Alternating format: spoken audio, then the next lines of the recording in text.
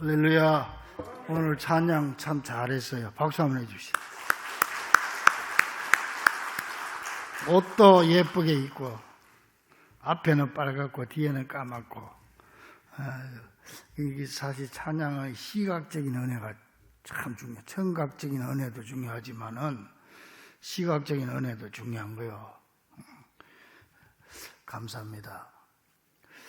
여러분, 어제 지난 주간에 한 주간 동안 복 있는 사람으로 살았습니까?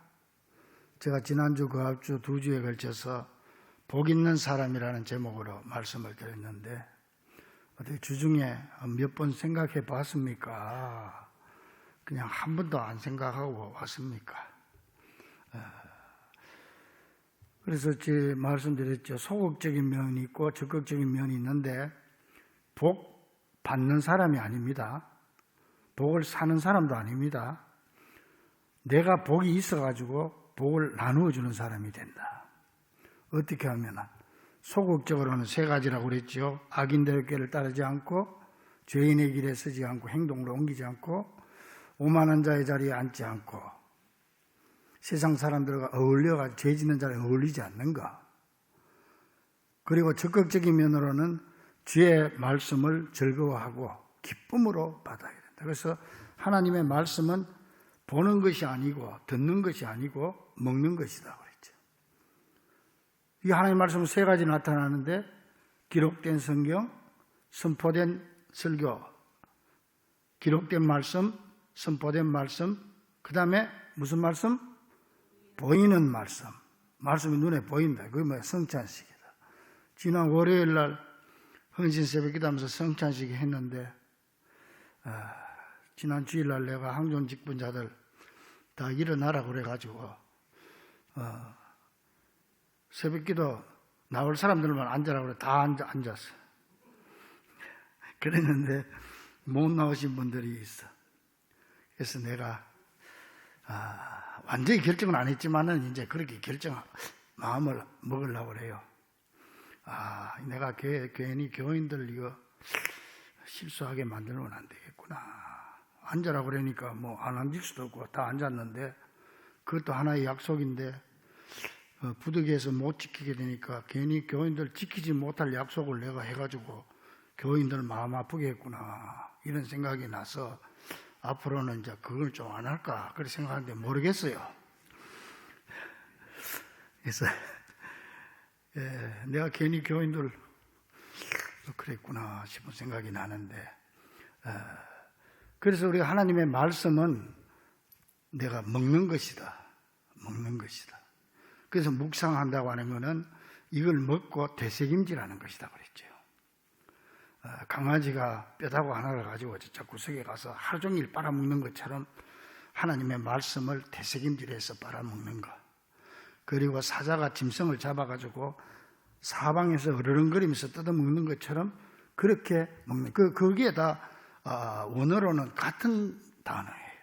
같은 단어를 어르렁거린다는 말로 번역도 하고 묵상이란 말로 번역도 하고 그렇게 한 거예요. 그래서 아주 나귀가 헐떡거리듯이 하나님의 말씀을 먹는다.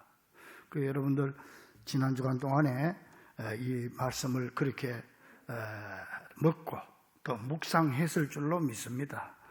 제가 홈페이지 들어가 보니까 지난주일 설교는 주일날 끝났는데, 월요일날 내가 오전에 들어가 보니까 한 300 몇십 명이 설교를 봤어요. 하고 수요일쯤 들어가 보니까 한 500명 이상이 보긴 봤는데, 여하튼 뭐 그렇게라도 설교를 이렇게 또 보면서 내가 저 말씀을 잊어버렸구나, 내가 그렇게 살아야지, 저 말씀을 또 자꾸 되새김질하는 거예요. 그래도 안 그래도 안 보는 사람은 끝까지 안 봐요. 안 보는데 그래도 홈페이지 들어가서 자꾸 보면서 자꾸 되새기세요. 이게 묵상하는 겁니다. 이런 자를 하나님이 복 있는 자로 세워준다. 할렐루야. 그래서 이 사람은 어디로 가든지 복의 향기를 날리고 복을 나누어 줄 수 있는 사람이 된다. 특별히 이번에 우리가 내일 모레 명절인데, 여러분들이 복 있는 사람들이 되어서 여러분들 가족들에게, 만나는 사람들에게 복을 나누어 줄 수 있는 여러분 되기를 주의 이름으로 간절히 축원합니다. 어느 며느리가 시어머니를 위해서 늘 기도를 하고 어떻게 하든지 전도하려고 노력을 하겠어요. 그러니까 말을 안 듣는 거야. 그래서 기도하면서 혼자서 방 안에서 찬송을 하고 그냥 마음이 아프니까 너 시험을 당해 죄짓지 말고 너 용기를 다해 곧 물리쳐라 혼자 찬송하면서. 그러다 이제 어느 날 교회에서 권사님들하고 신방을 와가지고 그 시어머니를 전도한다고 어머니 며느님이 얼마나 지금 어머니를 위해서 기도하는지 아세요? 그러니까 교회 좀 나오세요. 그랬더니 이 시어머니가 하는 말이 아이고 그런 말 하지 마세요. 우리 며느리가 아주 내숭 덩어리입니다. 그게 무슨 말이요? 그랬더니 내가 며느리 기도할 때 가만 들어보니까 방 안에서 노래를 부르는데 맨날 노래가 무슨 노래냐 하면은 시어머니를 이기게 해달라고 그렇게 노래를 부르더라는 거예요. 그래서 그게 뭐냐 알아보니까 너 시험을 당해 너 시험일 당해 시험이라고 알아들었어. 너 시험일 당해 죄짓지 말고 너 용기를 다해 곧 물리쳐라 너 시험일 이겨세 힘을 얻고 어머니가 그렇게 들었다는 거예요. 여하튼 이번 명절에 여러분의 지금 여러분의 속에는 복이 있습니다. 말씀이 있습니다. 이걸 가지고 딱 닫아놓지 말고 가족들에게 명절에 만나는 사람들에게 탁 풀어가지고 복을 나누어 주는 여러분 되기를 간절히 축원합니다. 그러면 하나님이 계속 복을 더 채워주시는 거예요. 말씀을. 하나님이 이 땅에 천지 만물을 다 창조하셨는데 특별히 이 땅에 우리 인간들 세계에서 여러 기관이 있죠. 학교도 있고 학원도 있고 병원도 있고 기관이 많지만은 이 기관들 중에서 하나님이 직접 세운 기관이 2개예요. 이게 뭐냐면은 교회와 가정이에요. 그래서 교회와 가정이 크게 중요한 거예요. 왜? 하나님이 이거는 직접 세웠으니까. 직접 세웠단 말이에요. 그래서 직접 세웠으니까 주인이 누구예요? 하나님이 주인이지.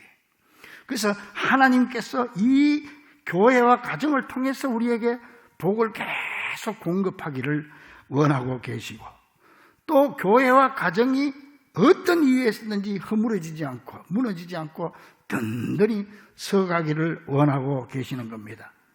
그래서 어느 종교보다 우리 기독교가 우리 가정을 소중히 여기는 종교가 우리 기독교입니다. 그래서 그런지 몰라도 우리 교회 용어를 보면은 가정적인 용어가 많아요. 하나님을 아버지라고 부르지요. 우리는 하나님의 자식이다. 이게 다 가족적인 용어 아닙니까?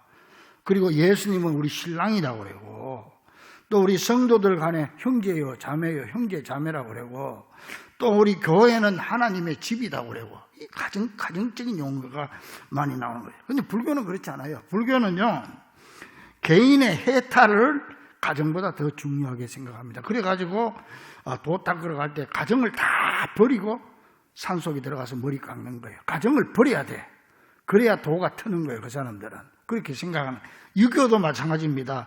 가정보다는 가문을 더 중요시 여기죠. 천주교도 마찬가지예요. 신부님이 되려면 가정을 버려야 돼. 가정을 아예 꾸릴 생각을 하지 말아야 돼. 예. 그러나 유독 우리 개신교만은 무엇보다도 가정을 소중히 여겨야 한다. 성경에 아주 계속해서 반복해서 나오고 있습니다. 왜 그러냐? 가정이 중요하다. 왜 중요하냐? 하나님이 직접 세웠으니까 중요한 거예요.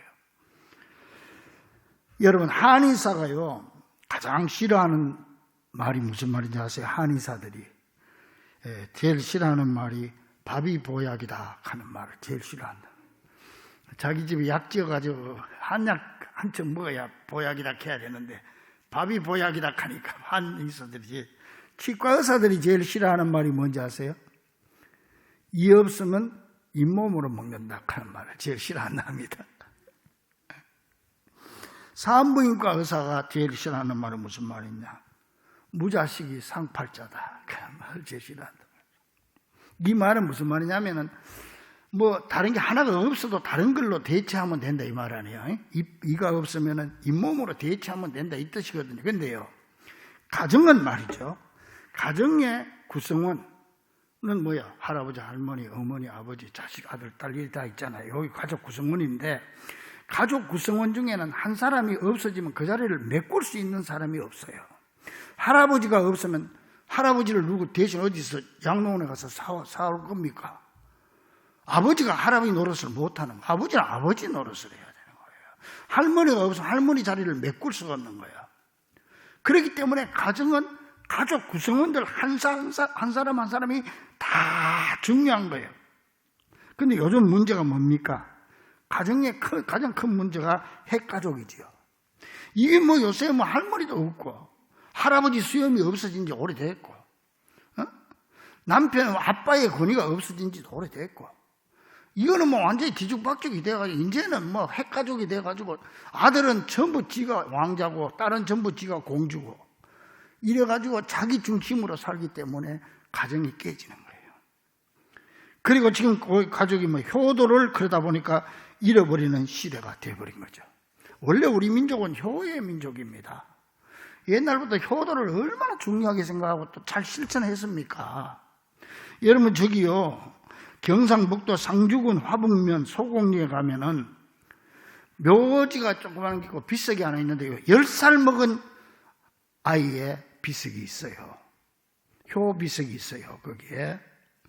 이게 어떻게 된 사연이냐 하면은 1974년도에 이 10살, 그 당시 초등학교 4학년이던 정재수군이 아버지와 같이 그 혹한의 추위에 외갓집에 갔다가 이제 집으로 돌아가는 길에 산길을 넘어오다가 그 아버지가 술을 너무 많이 먹어가지고 완전 인사불성이 돼가지고 이 아버지가 그냥 그 길에서 그냥 산속 아무도 없는 데서 쓰러져서 그냥 자는 거예요. 암만 깨워도 안 되는 거예요. 이게 곧 4학년인, 당시 초등학교 4학년인 정재수군이 아버지를 깨워도 안 되니까 이거 어떻게 할 수가 없잖아요. 그런데 아버지를 보니까 그 추위에 차가워지고 있는 거야. 이러다가 아버지 죽겠다. 그래서 이 아이가요, 지 옷을 벗어가지고 아버지를 다 덮어주고 싸매어주는 거야. 그러고 자기는 그냥 옷을 다 벗게 돼요. 그 고사리 같은 손, 발 동동동 그러다가 그 아이가 대신 죽어버리는 거예요. 얼어 죽어버려요. 그걸 기념하기 위해서 거기다가 그렇게 비석을 세우는 데가 있습니다. 요즘 뭐 이런 아이들 상상할 수가 있겠습니까? 또 가정의 문제가, 자녀 교육의 문제가 있어요. 자녀 교육. 나는 참 우리 교회는 젊은 사람들, 엄마들, 나는 공부 좀 했으면 좋겠어. 자녀들 교육시키는 거 공부 좀 하고 내 생각대로 이러면 안 돼. 한계가 있어. 공부해가지고 정식으로 아이들을 좀 이렇게 잘 길렀으면 좋겠어요. 근데 가만 보면 애들을 전부 거꾸로 교육을 시켜요. 한 가지만 예를 들어 볼까요? 여러분, 아이들이 자라면 3세, 4세 되면 인격이 다 형성이 돼버립니다. 습관이 다 형성이 돼버려요. 한 4살까지. 그러면 이 아이들을 3살, 4살 될 때까지 요거는 옳고 요거는 그러고 요거는 해야 되고 요거는 안 해야 되고 교회 오면 떠들면 안 되고 마당에서는 마음껏 놀아야 되고 요런 거를 4살 전에 다 가르쳐야 돼요. 그래야 이게 몸에 습관이 딱 돼가지고 평생을 가는데, 요즘 엄마들은 어떻게 어릴 때 이거 다니면 저거 애 기 죽는다고 네 마음대로 하도록 내버려 버린 거예요. 그러니까는 그 습관과 성품이 형성될 시기를 놓쳐버리는 거예요. 그러고 나서 나중에 초등학교 들어가가지고 10살, 11살 되면 그때 가서 그냥 애를 어떻게 습관을 고쳐보려고 다잡고 잔소리를 하니까 안 돼요. 이미 그 시기는 안 고쳐지는 거예요. 그러다 보니까 계속 잔소리만 하니까 애가 성질만 나빠지는 거야. 요거 하나만 보더라도 완전히 거꾸로 애들을 교육을 시키는 거예요. 완전히 거꾸로. 그래서 가정에 지금 문제가 많이 생겨 있잖아요. 여러분, 그래가지고 요즘은요, 캥거루족이다, 자라족이다, 이런 말이 나오잖아요. 캥거루족이 뭐예요? 자립할 나이가 되었는데도 부모에게 기대어 사는 사람은 캥거루족이라고 그래요. 일본에서는 이런 사람들을 기생독신이라고 그래요. 기생독신. 페르사이트. 기생충이라고 그래요. 기생충. 부모에게 붙어 사는 거. 그리고 자라족은 뭐예요? 교통 때는 머리를 내가 가다가 위험한 일 당하면 머리를 대가리를 쏙 집어넣어 버리는 거예요. 무슨 말이에요? 어려운 일 당하면 부모님 품으로 쏙 들어가 버리는 거예요. 다 큰 아들이 부모한테 기대는 거예요. 자립심이 없어지는 거예요. 부모에 대한 의존도가 점점 늘어가고 있다는 그런 말이죠. 그리고 또 세대 간의 차이도 가정의 문제가 됩니다. 요즘은 고령화 시대가 되면서 나이 차별 시대가 되어가고 있는 거예요. 그리고 또 노령이 문제가 되죠. 노령화. 은퇴는 일찍 하고 할 일은 없으니까 문제가 더 심각해지죠. 여러분, 세계적인 애창곡 홈 스위트 홈, 즐거운 나의 집 하는 노래 여러분 다 잘 알 거예요. 즐거운 곳에서는 나로라 하여도 내 쉴 곳은 작은 내 집뿐이리. 홈 스위트 홈. 이 유명한데, 근데요, 이 아주 아이러니컬한 건 뭐냐면은 이 곡을 작곡한 사람이 존 하워드 페인이라고 하는 사람인데, 이 사람은 가정이 없는 사람이에요. 가정을 가져보지 않는 사람이 돼요. 그러니까는 가정에 대한 그리움 때문에 이 노래를 만들었다는 거죠. 그래서 유명한 저술가 매기 잭슨은 말했습니다. 정보사회에서는 집이 더 이상 휴식처가 되지 못한다. 즉 재택근무로 이제는 집도 일터가 되어버렸기 때문에 일과 생활과 휴식 사이에 균형을 잃고 말았다. 지금 요즘 재택근무가 많은데, 그러니까 집에서 전부 일을 하다 보니까 이제는 가정이라고 하는 게 없어져 버렸다는 거예요. 집이 일터가 되어버렸다는 거죠. 자, 그렇다면 여러분 봅시다. 이렇게 문제가 많은 시대에 우리가 어쩔 수 없이 살아갈 수밖에 없는데, 그러면은 거기에 휩쓸려서 그럭저럭 그냥 살아가는 것이 하나님의 뜻일까요? 아닙니다. 하나님은 우리네 가정, 특별히 하나님을 섬기는 가정이 반석 위에 든든히 세워지는 가정으로, 행복한 가정으로 세워지기를 원하십니다. 하나님은 여러분의 가정이 든든하게 쓰고 행복하게 세워지는 걸 하나님이 원하신다. 할렐루야. 이게 하나님의 뜻이에요. 따라서 우리 성도들은 하나님의 이 뜻을 따라서 가정을 처음 만드신 하나님의 뜻을 따라서 가정을 허무는 사람이 되지 말고 가정을 세우는 사람이 되어야 되는데, 그러면 우리네 가정을 무엇으로 세워야 됩니까? 무엇으로 세워? 반석 위에 세워야 돼. 반석 위에. 세상에는 가정을 어떤 사람은 물질 위에 세워요. 물질 위에 세우니까 무너지는 거예요. 권력 위에 세우고 명예 위에 세우는 거예요. 학벌 위에 세우는 거예요. 다 무너지는 거예요. 여러분 저 청와대에서 권력 잡던 사람들 다 무너지는 거 보세요. 다 무너지는 거예요. 그 이름 있던 탤런트들 자살해가 죽잖아요. 다 무너지는 거예요. 그거 다 반석이 못 돼요. 다 모래 위에 세운 집과 같단 말이에요. 그래서 예수님은 오늘 우리들에게 말씀합니다. 마태복음 7장에서 모래 위에다 집을 세우지 말고 반석 위에 세워라. 그리하면은 바람이 불고 홍수가 나도 절대로 무너지지 않을 것이다. 반석 위에 세워라. 그러면 우리 가정을 반석 위에 세워야 되는데, 반석이 뭡니까? 반석은 바로 믿음을 말하는 줄로 믿습니다. 믿음 위에 세우라고요. 하루는 예수님께서 제자들에게 물었어요. 사람들이 나를 누구라고 하느냐 하니까, 세례 요한이 죽었다가 살았다 합니다. 능력을 행하니까 엘리야라고 합니다. 또 예수님이 눈물을 흘리니까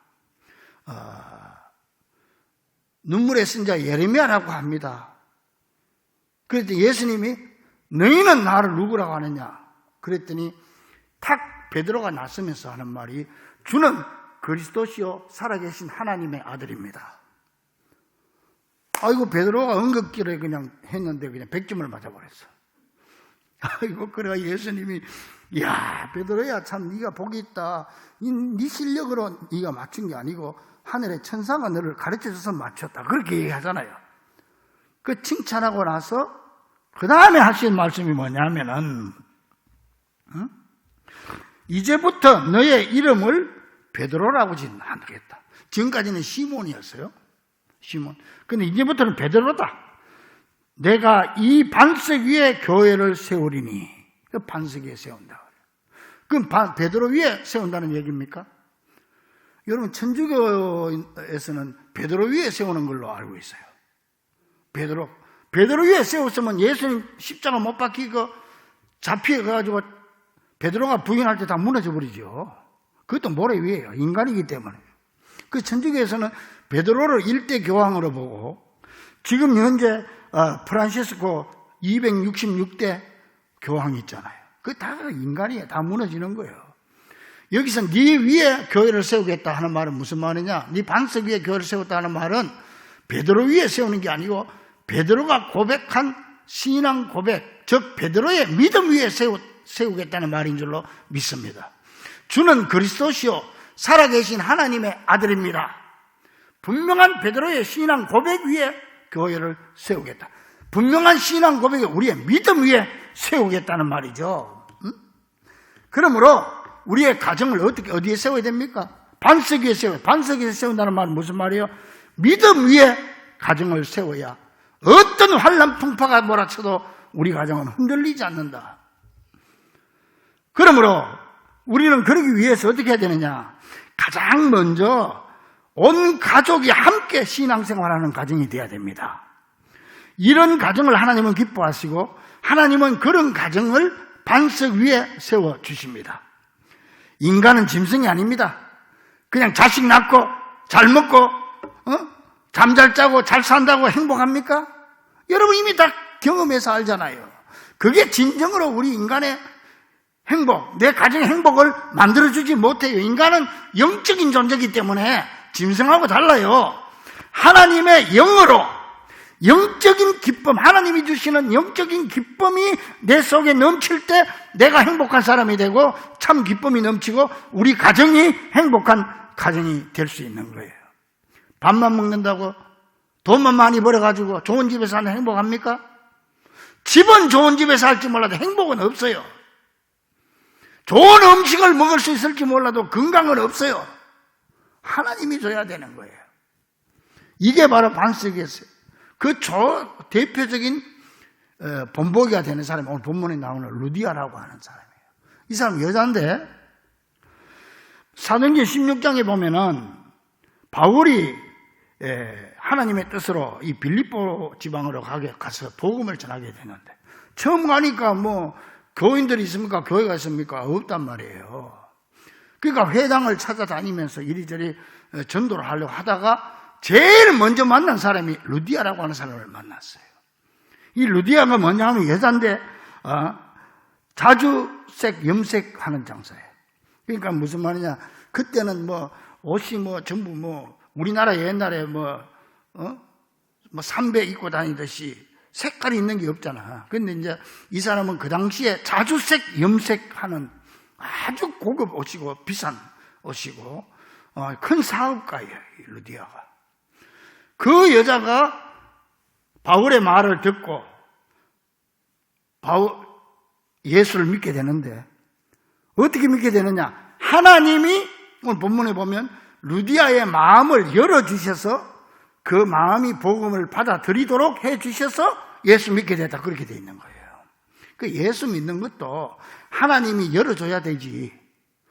하나님이 열어주지 않으면 안 믿어요. 그래서 이 루디아가 빌립보 지방에서 1번 교인이 되는 거예요. 1번 교인. 자, 그래서 이 루디아는요, 첫 번째 가정이 돼서 자기 혼자만 믿는 게 아니고 15절에 보니까 자기가 믿고 난 다음에 그와 그 집이 다 세례를 받고 그 집이 받았다고 하는 말은 무슨 말이요? 그 집에 있는 식구들, 그 집에 있는 또 뭐 큰 사업을 했으니까 종들도 있었을 것이고, 그 집에 속한 모든 사람들이 다 세례를 받고 예수 믿게 되었다 그 말이죠. 그러므로 여러분, 나 혼자 예수 믿는 것도 중요하지만은 온 가족이 함께 믿음을 가지는 것은 더더욱 중요하다는 사실을 잊지 말아야 합니다. 하나님은 그런 가정을 기뻐하시고 그런 가정을 더욱더 든든하게 세워주실 줄 믿으시기를 간절히 축원합니다. 이번 설날 여러분 가족들 만날 텐데 꼭 전도하는 성도들이 되십시오. 그래서 그분들에게 여러분 속에 있는 복음을 꽁꽁 싸놓고 있지 말고 여러분 속에 보배 같은 복음이 있는데 이걸 그분들에게 내놓으세요. 예수 믿는 거 밝히고 그리고 하나님의 말씀을 실천하세요. 사랑을 실천하세요. 끝까지 그거 며칠 동안 하는 거 그거 못하겠어요? 그렇게 함으로써 그리스도의 복을 나눠줘야 돼요. 그러면 하나님이 루디아의 마음을 열어서 예수 믿게 한 것처럼 여러분의 믿지 않는 가족들 마음을 하나님이 열어가지고 그분들의 복음을 심어서 주님의 백성 될 수 있도록 축복해 주실 줄로 믿습니다. 내가 하는 거 아니에요. 내가 무슨 말재주로 전도합니까? 내가 암만 말 잘해도 안 돼요. 말 잘하면 오히려 그래. 아이고요, 예수제가 말만 잘하네. 그렇게 얘기하는 거예요. 내가 아무리 말재주가 없어도 주님이 열어주면 복음이 들어가는 거예요. 이번에 주님께서 여러분의 가족들의 마음을 활짝 열어주시길 바랍니다. 주님은 열어주는데 씨는 여러분이 뿌려야 되는 거예요. 여러분이 복음을 외쳐야 되는 거예요. 듣든지 안 듣든지 외쳐야 되는 거예요. 그리고 생활의 본을 보이면서 그리스도의 향기를 날려야 돼요. 요즘은 자식도요, 내놓은 자식도 내 거 아닙니다. 그렇죠? 자식도 내 겁니까? 아이고 참. 에? 아들이요 고등학생이 되면 벌써 사촌이 되어버려요. 아들이 대학생이 되면 팔촌이 되어버려요. 이 아들이 장가 가면 내 자식 아니에요. 사돈 자식이에요. 사돈 자식. 공부 잘하고 일 잘하면 나라의 아들이 되고 돈을 잘 벌면 장모의 아들이 돼. 장모. 응? 그리고 이 아들이 올 때가 백수 건달이 돼버리면 이때는 내 새끼가 되는 거예요. 백수 아들 내가 평생 끼고 살아야 돼. 근데 제가 볼 때 내 아들 진짜 내 아들 만드는 길은 예수 믿게 하는 길이에요. 예수 믿으면 예수만 똑바로 믿으면 평생 내 아들 되는 거예요. 그러므로 여러분의 아들을 내 아들로 묶어두려면 전도가 상책입니다. 그 예수만 믿으면 내 아들 되는 거예요. 믿습니까? 여러분 온 가족이 함께 손을 잡고 한 교회를 다니는 것보다 더 큰 행복이 어디 있습니까? 지난번에 나는 홈페이지 들어가서 가끔씩 이렇게 보는데 우리 박기덕 장로님 가족들 손자들하고 쭉 나와가지고 찬양하는 게 지금 봐도 은혜스러워. 지금 봐도 은혜스러워. 그거 보면서 주야 우리 성도들 가정이 다 저렇게 할아버지부터 손자까지 다 나와서 같이 찬양할 수 있게 해주옵소서. 그런 부러운 마음을 가지고 애타는 마음을 가지고 나가면 하나님이 그렇게 열어주시는 거예요. 이런 가정은 절대로 마귀가 무너뜨릴 수 없는 것입니다. 그러므로 이번 명절을 가족 전도의 기회를 삼아서 여러분의 가정을 반석 같은 믿음 위에 세우는 귀한 성도들이 되기를 주의 이름으로 간절히 축원합니다. 또한 믿음으로 세우는 가정은요, 복음 전파를 위해서 자발적으로 헌신하는 가정입니다. 15절에 그와 그 집이 다 세례를 받고 우리에게 청하여 이르되 만일 나를 주 믿는 자로 알거든 내 집에 들어와서 유하라 하고 강권하여 머물게 하니라. 이렇게 자발적으로 헌신하고 주의 종을 모시기 원하는 루디아였기에 하나님은 그 가정을 날이 갈수록 더 든든하게 세워주고 그 사업을 세워줘서 그 사업이 날로 번창해가지고 바울 사도가 복음 전하고 바울 일행이 복음 전하는데 물질적으로 얼마나 많은 도움을 줬는지 몰라요. 꼭 그런다고 해서 뭐 물질로만 또 베푸는 것도 아니잖아요. 만나면 짜증나고 부담이 되고 결국 마음이 상하여서 빨리 헤어지고 싶은 사람이 있고 만나면 편안하고 기분 좋고 오래오래 함께 있고 싶은 사람이 있습니다. 이것이 마음으로 베푸는 것이고 복음 전파의 틀을 닦는 거예요. 그러므로 내가 복음의 파수꾼이 되고 우리 가정이 복음 전파의 전진기지가 되면 하나님은 우리 가정을 날로 더 든든하게 세워주시는 것입니다. 그래서 주님은 오늘 우리에게 말씀하십니다. 시편 127편에서 말씀합니다. 여호와께서 집을 세우지 않으면 세우는 자의 수고가 헛되고 여호와께서 성을 지키지 않으면 파수꾼의 경성함이 헛사로다. 너희가 일찍 일어나고 늦게 누우며 새벽부터 나가서 일하고 밤늦게까지 일하며 수고의 떡을 먹음이 헛되도다. 하나님이 세워주셔야지 내가 세상에 정신없이 돌아다닌다고 되는 게 아니라는 말이죠. 하나님이 우리 가정을 세워줘야 되는 거예요. 나아가서 우리가 기억해야 될 거는요, 내가 하나님의 교회를 세우면 하나님은 우리 가정을 세워준다는 거예요. 루디아의 가정에서 주일마다 예배드리고, 그때 뭐 교회가 없으니까 예배드리고 대접하고 뒷바라 자르면 얼마나 힘이 들고 많은 헌신과 희생이 있었겠습니까? 이런 루디아의 가정교회가 결국은 초대교회에서도 사랑 많기로 유명한 빌립보 교회가 된 겁니다. 그 집에서부터 시작한 거죠. 그러므로 세우는 사람이 되어야지 허무는 사람이 되어서는 안 됩니다. 가정을 세우는 사람, 교회를 세우는 사람, 나라를 세우는 사람들을 하나님은 기뻐하시는 것입니다. 그러므로 온 가족의 힘을 모아 세우는 사람들이 될 수 있기를 간절히 바랍니다. 한번 생각해 보세요. 루디아도 가족들이 있었을 텐데 한 사람이라도 반대했다면 그 집을 교회로 사용할 수 있었겠습니까? 하루 이틀도 아니고. 이 온 가족이 다 찬성해야 가능한 거 아닙니까? 그러니 하나님이 그 가정을 안 세워줄 수가 없고 축복 안 해줄 수가 없는 거예요.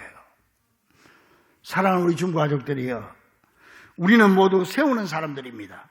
가정을 세우고 교회를 세우고 나라를 세우는 사람들로서 먼저 우리네 가정을 믿음으로 세워 온 가족이 다 함께 같은 신앙을 가지고 복음 전파를 위해서 자발적으로 헌신하는 가운데 구역과 교구와 교회를 세워가는 세움의 주역들이 되므로 이번 설날을 통해서 하나님이 여러분의 가정을 더욱더 든든하게 반석 위에 세워줄 수 있게 되기를 우리 가정의 주인이 되시는 우리 주 예수 그리스도 이름으로 간절히 축원합니다. 기도하겠습니다.